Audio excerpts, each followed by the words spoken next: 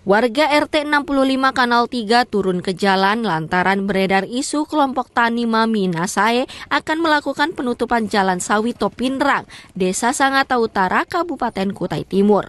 Warga turun ke jalan untuk memastikan akses jalan satu-satunya bagi warga tidak terganggu.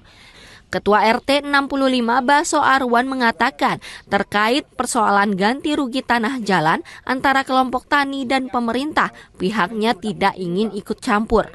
Warga hanya meminta agar jalan sebagai akses utama warga untuk beraktivitas tetap dibuka. Karena adanya isu ada penutupan jalan, kami sepakat di sini menuntut jangan sampai ditutup.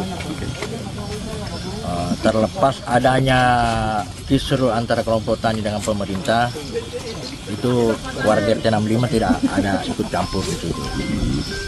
Jadi kenapa kita kumpul di sini? Karena itu adanya isu mau ditutup. Jadi tuntutan kami di sini jangan sampai ditutup jalan. Berdasarkan berita acara mediasi, pihak pemerintah akan membentuk tim fasilitasi, sementara kelompok tani diminta menyampaikan dokumen penguasaan tanah dan dokumen penunjang lainnya ke Dinas Pertanahan. Dari data itu, tim akan melakukan kajian yang nantinya dilaporkan ke Bupati Kutim.